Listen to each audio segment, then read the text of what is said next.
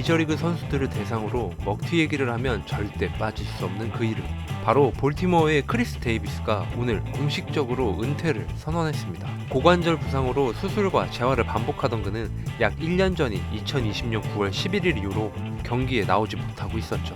1986년생으로 올해 나이 35. 사실 나이만 보면 은퇴할 시기는 아닌 것 같지만 데이비스의 최근 4년을 기억해보면 차라리 은퇴를 하는 게 선수나 구단 입장에서 가장 좋은 시나리오였습니다. 가장 많은 돈을 받는 선수가 2년 연속으로 100경기 이상 출전해서 타율이 1할 때, 연봉을 그대로 날릴 수 없으니 꾸역꾸역 경기에 내보내는 구단이나 타석에서 최악의 모습을 보여주는 타자나 그걸 지켜보는 볼티모어 팬들 모두 고통의 연속이었죠. 불행의 시작은 2015년 겨울.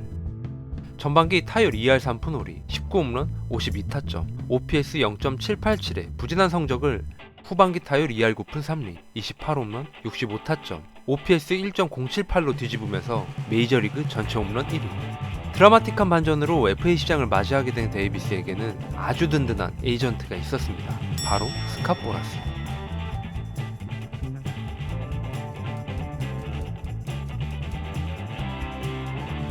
보라스의 말 맞죠? 폼이 좋을 때를 생각하면 틀린 말은 아니었습니다.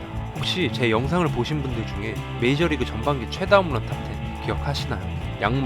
야구의 신이었던 2001년 베리 본즈가 전반기에만 39개를 담장 밖으로 넘겼었는데 역대 2위 기록이 바로 2013년 크리스 데이비스의 37홈런, 풀타임 기준 타율 3할 1푼 5리, 37홈런, 93타점, OPS 1.109를 기록했다면 누가 봐도 A급 타자라고 생각할 텐데 고작 전반기 95경기만 뛰고 저 성적을 올린 데이비스는 정말 훌륭한 타자였죠.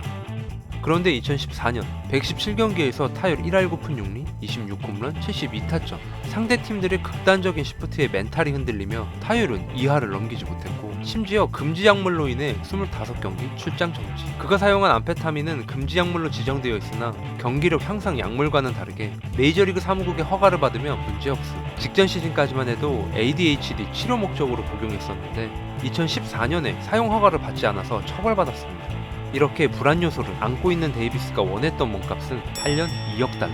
볼티모어가 제시한 금액은 7년 1억 5천만 달러였는데 결국 7년 1억 6천100만 달러 계약. 전 구단 트레이드 거부권이 포함된 구단 역사상 가장 큰 계약이었죠.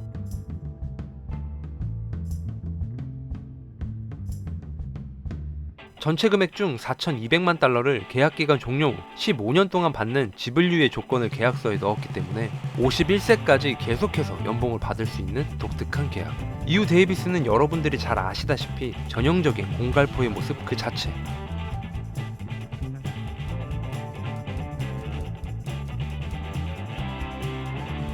팀 내 최고 연봉의 주인공이 2년 연속으로 OPS 0.8을 넘기지 못하자 먹튀라는 얘기가 나오기 시작했는데 이건 아무것도 아니었습니다. 진짜는 바로 2018년. 단일 시즌 기준 역대 최악의 선수라는 말이 나왔던 성적 한번 보시죠.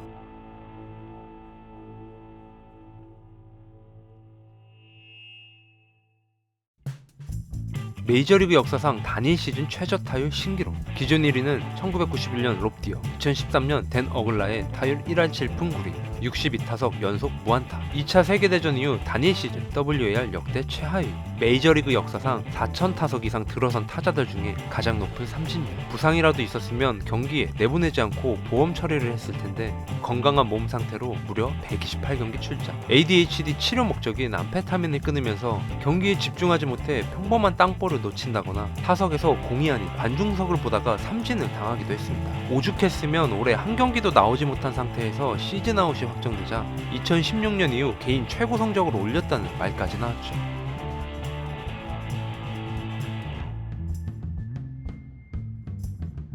볼티모어는 팀의 핵심 선수였던 매니 마처드를 다저스에 트레이드하고 주전 선수들을 다른 팀에 보내며 탱킹을 선택했지만 데이비스는 최악의 성적 플러스 전구단 트레이드 거부권까지 있는 관계로 계속 데리고 있을 수밖에 없었습니다. 결국 이른 나이에 은퇴를 선언하면서 메이저리그 생활을 마무리한 크리스 데이비스. 마지막으로 가장 궁금하실 것 같은 부분. 은퇴했는데 자녀 연봉은 어떻게 되는 걸까요? 계약 마지막 시즌인 2022년 연봉 1,700만 달러는 2023년부터 25년까지 기존 350만 달러에 566만 달러를 더해서 약 916만 달러를 받기로 재협상했습니다.